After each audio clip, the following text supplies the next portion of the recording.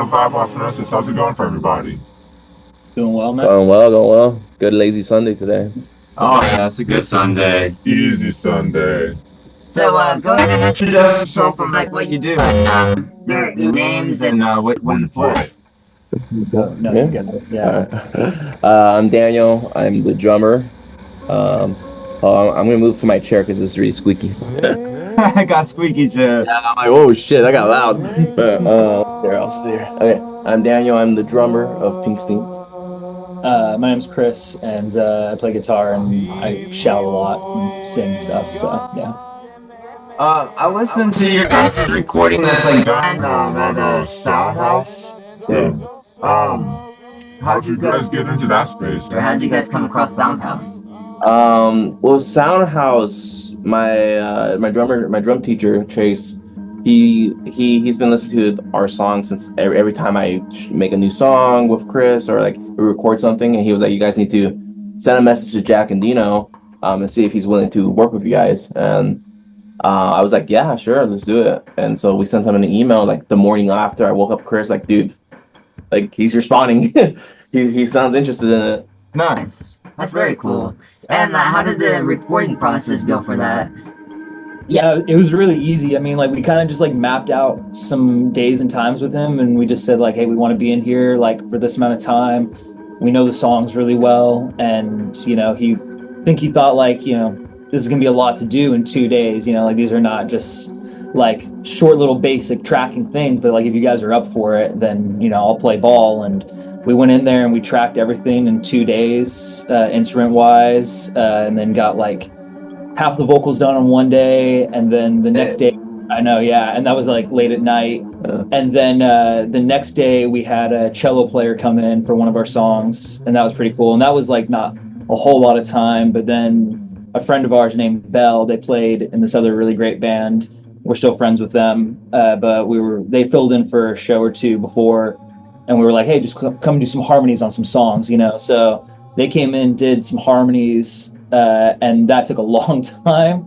And then after that, like I finished like 6 songs of vocal tracking in I think like an hour and a half or something. Just like knocked them out, and then the next day was just all mixing and everything. So yeah. So with like the lyrics and everything like that, did you guys like come together for that, or did you already have like lyrics and stuff in mind? I write all the lyrics in the band, and a lot of the songs lyrically had all honestly been written like about 2 years ago, two and a half years ago. And then when we finally started getting the band together around this year, developed them a little bit more, made them just, a little bit stronger in certain parts where I felt like I could kind of tighten it up a little bit more. But yeah, typically like I write, like the basic chord structure of something, chorus, verse, maybe a bridge in there, and then the words just start coming out from that, and I bring it to the band, and they either say like, hey, that's good, or you're talking a crock of shit, so yeah, we're like, let's try this. Yeah. How did you all meet each other? Chris and I knew each other since high school. We met each other like freshman year just because of our bond of music, and that's the short version of it. Viv met Chris through college, right? Yeah, I was taking an audio engineering course that I was doing terrible in, and recognized her and another friend of ours because I saw them I knew they were in another band, and they got all excited. They're like, oh my God, like somebody knows we're in a band and everything. And so That's sparked a friendship that, we never really had like played music together during any of that time, but we just, were close. And then when we were putting this together and we were looking for a bass player, and Viv said like, hey, I'll fill in for a show. You guys seem like you're pretty desperate and might as well help out. And so we figured like, oh, Viv will play this show, and then we'll just go back to like digging around looking for somebody. But they just happened to really enjoy what we were doing, and I guess maybe see something in it, and was like, hey, I'm in full time. Yeah. So that worked. And then Zach, we got lucky enough that with our posting on social media, someone said like, hey, you should try out for this band. And Zach sent us a message like, hey, when's your guys' next show? I want to check you guys out. I want to also like, see if I could be audition for the band and stuff like that. So Now- since it's been a friendly circle. Now, like whenever you guys first got started, like how was the practices? Did you guys like practice before you guys get into shows, or did you like have like shows lined up and then like start the practices?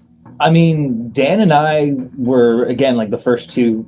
I mean, we played in a bunch of bands before this and everything, but nothing that was like ever serious. And then, we got a practice space and we were just working on the songs, just the two of us, just kind of just guitar, drums, just honing that in. But I knew there needed to be more. And so we had one friend filling in for our original show. We were like, let's just play a show just to do something, just see like if this works or if it doesn't.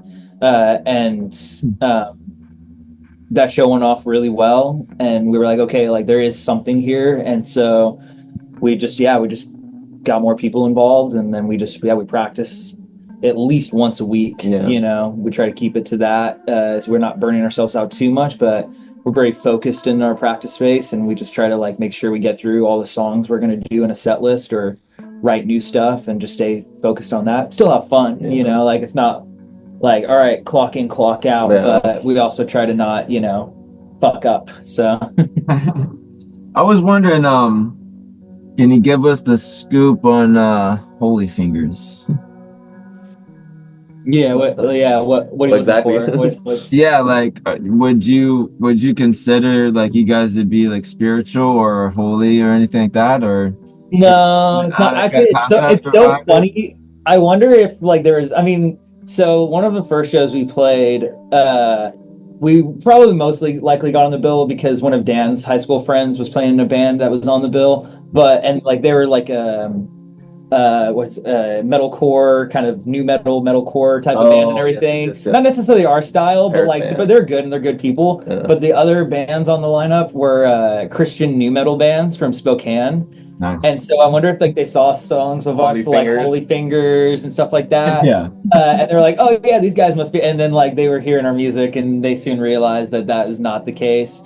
So, Holy Fingers is like nothing like spiritual or anything like that. A lot of my lyrics are pretty abstract and like don't have like very hyper specific meanings or anything. It's just sort of like, hey, that sounds good. It comes out rhythmically good and it has an aura to it. So I kind of go off of that. But if there was any sort of like meaning, it's just, somebody who has that like special feeling, that special touch for you. They have that power of persuasion and control. Now, what about the album cover? Who did that? Are you allowed to say? Oh yes, Mhm. Ezekiel. I'm gonna look up his last name because I always messed up. I want to say it's Crawler. He's a great artist. He's all the way from Argentina. We love working with him.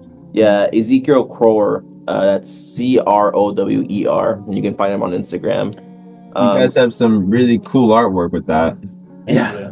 Yeah, I had like an idea in my head for the artwork, and I sort of just took a sketchbook and found like some other images of like old school like 1950s 60s adverts and everything to kind of get an idea sort of flowing, and then from there a little bit more hyper specific stuff in my mind. And I can draw a little bit, but this guy is obviously like a real talent, so I was just sort of like, we're great doodlers. yeah, exactly, fantastic doodler. Don't put a paintbrush in my hand, but I just was like, hey, like, do you think this is a good idea? Can you make this into something? And that's basically what he's done with our last two single artworks, so. And some of our posters too. We'll just give him ideas. Like, this is what we have in mind.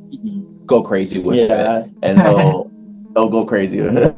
Yeah. Sometimes with the posters, we kind of let him have a little bit more creative control on that. We don't want to be like stepping on his toes completely, but I think when it comes to like at least artwork for the music itself, at least personally for myself, like I have a very specific vision because I feel like artwork is a huge part of expressing like as a second part of the medium within music. So now to get A little bit into some classic new vibe osmosis questions. If animals could talk, which one do you think would be the rudest? the rudest, Rudest animal. Oof.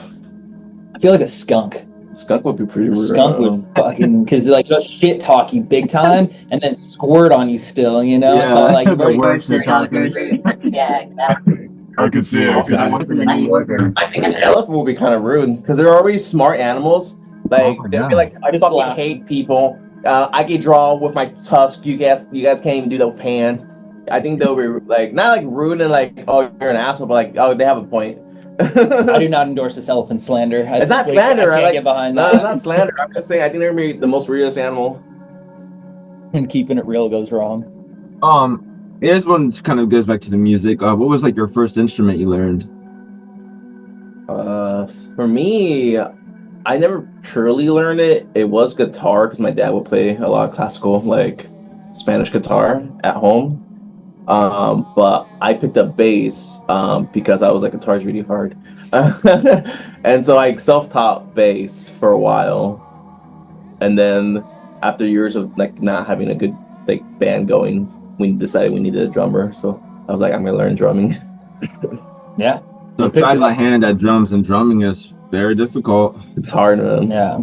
I wasn't sure how I was gonna be like with him just like picking that up. I was like, you know, obviously do it, have fun, just like Yeah. get into it and everything. But I wasn't sure, you know, a lot of times like drummers that we knew, like they've been playing since they were like 4 years old, you know. Yeah. It's like it's very institutionalized instrument sort of within family structures and everything, and just jumping into it is sort of a task. But Daniel really like was dedicated to it and figured it out, and I was like,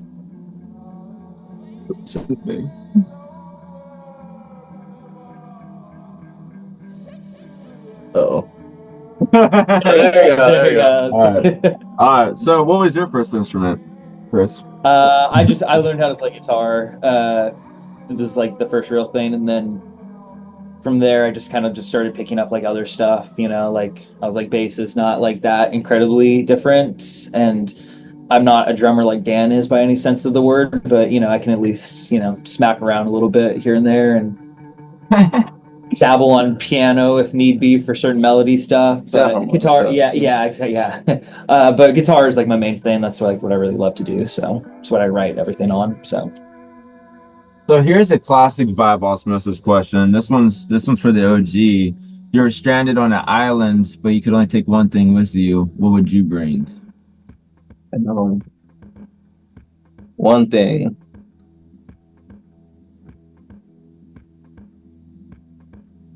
Can I say helicopters? No. No one's ever done helicopter. Oh yeah, dude, that's the right answer. That's the right answer. I feel like if I That's could bring correct. one thing, You won. Congratulations. thought of Yeah, that. you get a I car. was gonna stay like a pack of American Spirits that never gets empty. Okay, So I'm like, I'm It's trying to get out of here. it's like- Chris, it's like, I'll say. it's like Red Robin's and bottomless fries, but it's just shorts, you know. All right. So, what would you say is like some musical influences behind the band? Oh man, there's so many. Yeah, there's a lot. This band Black Ends is definitely like big one right here. We love this band. When I came back to Seattle after living in Bellingham for a few years and kind of getting back into, you know, I do like music photography and journalism as well. And so I got asked to shoot a show at the Central Saloon with this other band from Bellingham that I became good friends with, Beautiful Freaks, and they were playing with Black Ends, and I just thought, man, like that is a band that knows what they're doing and has a vision and an incredible singer slash guitar player. And from then on, they've sort of definitely been a North Star for us, and we've started a relationship with them, and they've definitely helped, you know, become better, I would say. Yeah. So, And I've seen them live. They're great. They do good. Oh, yeah. fantastic. I always love seeing them. I also love going to like a local show and be like, oh shit, Nicole, hey, what's up? Yeah. Black Ants is definitely a big inspiration. Beautiful Freaks, I would say so too. Mhm. Classic inspiration growing up, obviously Soundgarden, Nirvana. Okay. But I think also, I don't know. Me and Chris also grew up listening to a bunch of other bands. Like we love Mastodon, we love Red Fang, we love even just country blues artists like old school, like Muddy Waters. I watched Town Van Zandt, B.B. King, you know, all that type of stuff. I listen to a lot of jazz music as well, avant-garde stuff. So remember like the first song you guys learned, like cover songs together? Oh, together? Together? I think we've.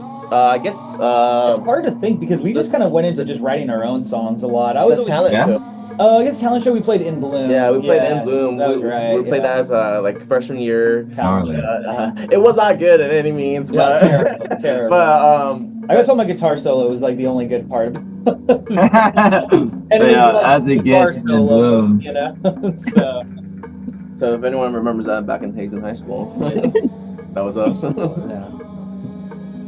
This is a new vibe osmosis question. If you could choose any fictionalized character to be your best friend for life, who would you choose? Huckleberry. No. You know who I think would be really interesting, and I love the book and a lot of his books. But Coraline, I think she'd be a really fun friend. Get into like some really like awesome adventures with and everything. So I'd be down for that. She seems like a fun gal. I don't know anything about the writer, but that story is really weird and creepy. It's Yeah. super good. I'll take my answer back. I'm gonna say Spider-Man comic books. I'll Spidey. The best ultimate friend to have. Honestly, Yeah, for you real. might die being his friend, but you know. Yeah, I was thinking that was like maybe Batman, but then Batman, you would just be pissed at him all the time. Yeah, he'd just be leaving at the most inconvenient moment. Yeah, Be like, Like- so here's the bill, like Batman, like, just where'd gone. it go? Man, be like this motherfucker every time. yeah. Dine and Dash master. All right, so here's also something about like with music. What do you guys record on or record with? What was that, Jeff? Oh, what do you guys record with? Like Doll or like Logic or anything? Oh God, what is the? Oh, we used Pro Tools when we were at the studio, Yeah. with Jack and everything, and that's what we did when we did our singles over at Mysterious Red X. We used Pro Tools as well. So We've been lucky with Pro Tools. We do have a few demos that we made that are not the best, but they're on our SoundCloud. You can compare a lot of our don't songs. tell people that those. No, I know. They moved Hey, I was going back You can and compare like, which ones are great, right? You can see like how much work we put in from those demos, Yeah, that's true. and I think we used Sound One for that program. I can't really remember. I have to. That's right. Yeah, That's but- right. With Holy Fingers, you guys recorded that somewhere differently? Yeah, so Holy Fingers and Margarine, we recorded that over at Mysterious Red X. When we did Okay. demo before that was just like a buddy's garage, you know, it was like nothing serious or anything, just fun time. Yeah. Mysterious Red X was good. Sam Wessner is an amazing musician, engineer, producer.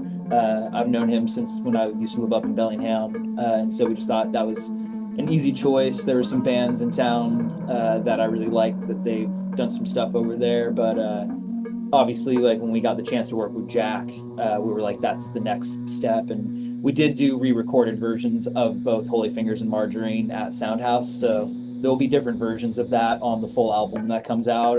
And I mean, it's still the same very song, cool. but there are definitely some production differences in there. So it'll be Right. interesting to see how people like the difference between them. So different mixing, different. Mhm. It's all the same instruments. I know I use my Yeah. drums on both Mhm. recordings, but the drums, like me and Zach were talking, and like they just sound so much better. Like Yeah. no, this to Sam. We love Sam, Yeah. but just the way Jack really dials in on, because he's a drummer himself, Mhm. but the way he dialed in tuning each drum head and hey, let's make sure this sounds really good. Let's retune up and all this other stuff. Like he really like made those drums sound live, like super loud. and with the guitars too. I've heard only good things about that studio. Yeah, it's great. It's a really great studio. And also the difference between like recording those songs at the first studio compared to with Jack, like at the first one, I just did everything on one guitar. And so, you know, that works and everything, but you just get very similar tones. And I had a second guitar that I wanted to work with when we were doing this new album. And so, you know, I would do live tracking with one guitar and then overdubs with the other guitar. And then that way you get like just different tonal things that creates more of a wide brush and depth of the sound rather than everything just being like just overlayered, you know, just more volume, you know. So Here's one of my favorite deep questions. Alright. This one's hilarious. Yes, okay. What would be your last meal? That's me. Say you're on death row and you get to choose whatever you want or whatever, you know, you get to do the last meal thing. Like that Don't Look Up movie where they're just like having to pray at the table and not look up at the sky? I would do a ribeye, twice baked potato, Yeah. and cooked kale. Cooked kale. Yeah, cooked Oh. kale. Maybe also some Brussels sprouts on there too. Fried or baked? Ooh, fried. I do like them fried, but a good baked one does go a long way too. What would you say? Honestly, I don't know what I would really eat. I think I would just eat anything I would eat, right? Just give me like fucking enchiladas or something. Yeah, I mean, hell, if I could make my own meal, I don't think that's ever been an option for anybody. Death row, be like, hey, give me a pot and pan. We need to Get get a little olive chef, oil. become a serial killer. Yeah, And then he's be like, yeah. I got this. Yeah, Let me cook my exactly, last yeah. meal. Let me cook. Let me cook. Come on. All right, so with like the with like the process of whenever you guys are just getting together and jamming, do you guys kind of have like a moment where you're like having to tune up with each other and like come up with new ideas, or do you kind of go over like scales and that kind of stuff? Do you guys like have like a certain way you practice before you get into like making songs?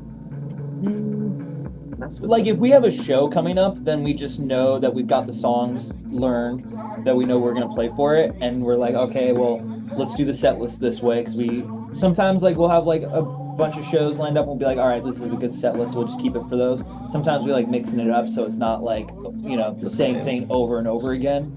And so we just like figure that out timing wise, and then we just go through it. And if there's more time, then we'll just play another song that we felt like could have been better. Just wrap back around to it.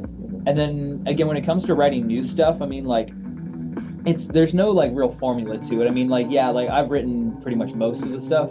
There's one song of ours where I wrote like the main riff, which is the riff that we also use for like all the verses. But then, we're trying to come up with a chorus, and Vivian, our bass player, like they came up with a great bit for the chorus on that. And then also wrote like the little like outro freak out thing that we do on it. And so I'm very much open to like, hey, like if you've got a good idea, like bring it to me. And Zach, our other guitar player, like he started writing a song or two that I've been helping him develop a little bit. So I would say definitely we all come in with preconceived ideas, and then we all kind of work on it together. There hasn't been like a lot of days where we just go in there and just whatever happens. Right. So Right. I like both ways. yeah, exactly. You never know. And sometimes that does happen. Like literally, we'll be practicing, and then some of our songs that we wrote for the album, when it was just me, Chris, and Viv, like we would just be practicing the song, and then Chris will have an idea, or Viv will have, like let's work on this, and it goes off to a song. Yeah. So it's definitely we come in with a plan, but we never know if we're gonna achieve that plan or just start a whole new song. It's just about having fun stuff. Do you find And you guys both, I guess, each other find ways to make things easier or better for each other than Maybe what it first started out or intended wise? I don't know. I mean, I feel like it's stayed pretty much the same, other than we just have more people that we can collaborate ideas off of, and so I guess that makes it easier because there's more opportunities to figure things out. But I don't know. It doesn't feel like it's that major of like oh god, man, things were so bad. Right. I think it all naturally just took its place. It was never like, oh yeah, like Chris said, it was all bad or anything, and things just got better. I think things just slowly, just I don't know, things just kind of fell into place for everything for us, and we all communicate pretty well, and we all help each other moving equipment or writing music. So I guess in general it has just been getting easier. just more fun. Yeah, just more fun.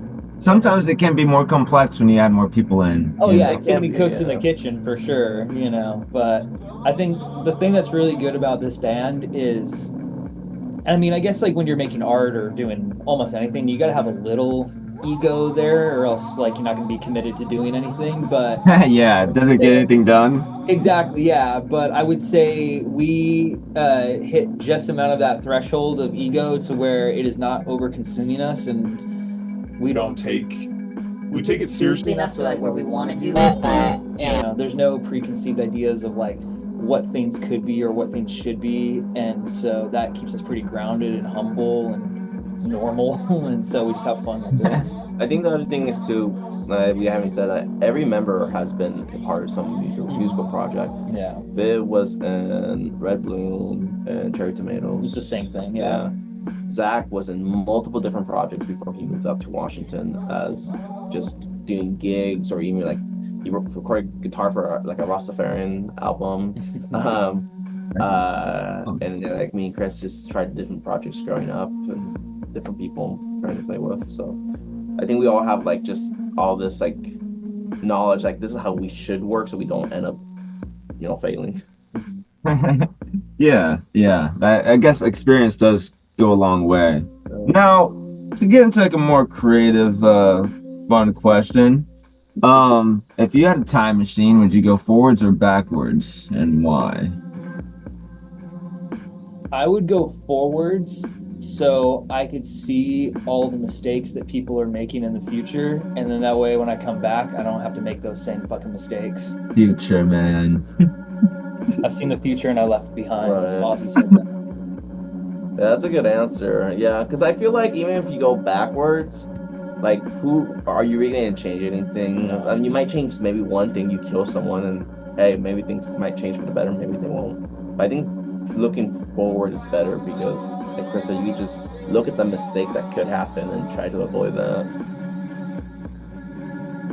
Well, with the whole thing about the future thing, this is what I think. Just like the past,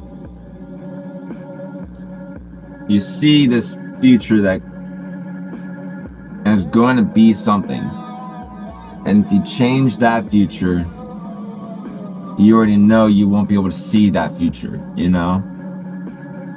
So sometimes I'm wondering if I've seen the future, would I not want to change anything to just know that that was how I get to experience things in a nostalgia way, like I get to see what happens. Whatever happens. Because in a way, you would know what was coming. Right? No, that's very true. Here's a fun one, all right? If you could wear a costume every day, what was the costume you could choose? Oh man. Answer wisely.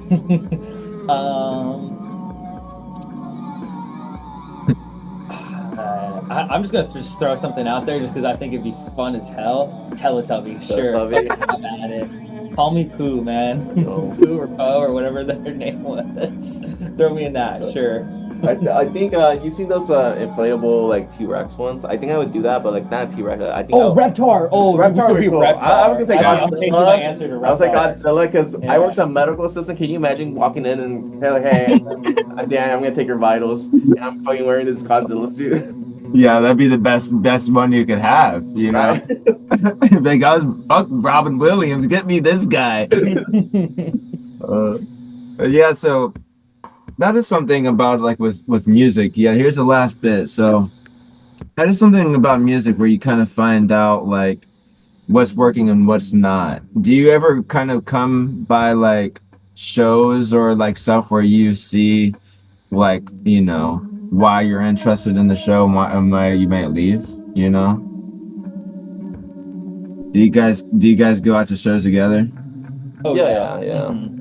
Yeah, I would say like there's moments, especially with like the way I've been noticing the music scene here in Seattle, at least, developing a lot more. I mean, like when we were in high school, there was not a lot of opportunities to go see house shows or do any of that type of stuff. Like it just wasn't on anyone's radar mind. That type of music wasn't there. And I see a lot of younger people, whether that's, middle of high school all the way through college and above, a little bit more now, like people are just more interested in it and they want the energy. And so like when I see younger people, like ourselves and even younger, like in the pit, losing their minds, like that, I really like to see because it just shows that, people are there to actually like enjoy the music and have a good time and be part of the experience rather than just like a place to go get fucked up and have a part, just be part of a party and everything. But I do also see that like does exist a little bit still within there, and so there's like these two clashing sides that are in the music scene a little bit. And so when I see that, I'm just like, I wish that wasn't still a thing, because it reminds me of like cliquey high school club shit. So somewhat I think, well, I'm from Ohio, and some of the stuff that I see out here from all the different scenes, I live, above a music venue where majority of the time where they play the same kind of music. But that's what I'm talking about. Like a lot of it I see mimics of the same type of music, and not a whole lot of people are scared to like do a different kind. But then, like last night, my friends were inviting me to a show that was doing like jungle, future, retro, and all this stuff. And it was like from 11 until like 8 a.m. And I'm like, well, I guess there is still an avenue for people that are doing not your stereotypical like rock band thing Yeah. out here, you know? So And again, like at least Seattle has stuff to offer to people that do have like a EDM taste or whatever, and I mean, because that can also be like some people be like, oh, well, you're taking this here and you're taking this there, and all this kind of stuff is clashing. And I feel like some of it could be like Nine Inch Nailsy too, where I'm like, all right, well, at least to see where like the influence is at, what's and going on. and genre really doesn't have as much to do with it. Like when we like when seeing the energy of people, like like there's people that go to like EDM shows or rap shows, whatever, and I love all that stuff too. I mean, like hip hop, I would say is a big influence on us, especially like beat wise and everything, certain things, Yeah. production techniques as well. But like there's people that are out of that stuff also that are like involved and in it, having a good time, and there's other people that are in it just to be somewhere to say that they were there, like that's in rock music, that's in rap and EDM or whatever, you're in like there's That's just what people makes a that like scene. there's just people that like to be hip, and so it's the give and the take of who you want to surround yourself with. So Here's some fun questions now. Favorite movies all throughout time. You can choose like 5 of them. My favorite movies. 5 each of us, or like between the two of us, I think like each of us. each of us. Yeah, Okay. you got. I gotta think of my 5. Do you know if you know yours? For free. Yeah, I can go. So first one is definitely gonna be She's Gotta Have It by Spike Lee. Love Gotta that have. movie. I think it's a really interesting one for him to start his career off on. The sexuality and sexual freedom of women is a pretty controversial topic at that time, especially in the African American community. So I thought he had a lot of courage to be able to make a movie like that the way he did. I would also say, um, you know what? I would say it's in my top 5, but especially since he died recently, David Lynch, I'm gonna throw The Elephant Man on there. It's kind of like the movie for him and everything, but it is because it is so powerful and so good. But he's got a lot of other amazing things on there. We'll watch that tonight. It's a must for sure. Another movie that is kind of outside of those two a bit, but I still love it. And I think it's an absolutely amazing technological feat. Is Jurassic Park.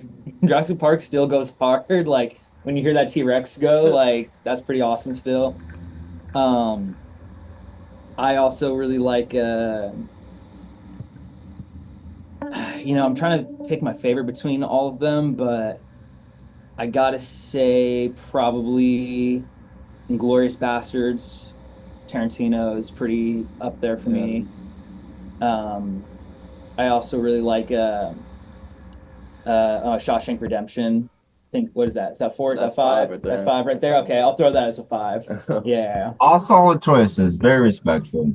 Mine's gonna be All these people that haven't seen it are gonna probably watch it. Yeah, I hope they do. Those are all good movies. Mm-hmm. I think for mine, I'm throwing in Quentin Tarantino. I like Hateful Eight. That one's a really good one. Yeah. I like The Iron Giant. The Iron Giant. Yeah, Well, that's a Iron banger Giant, too. yeah. Yeah, that sticks for I like me. the original Credibles. That's banger as well. Right on. What else do I like?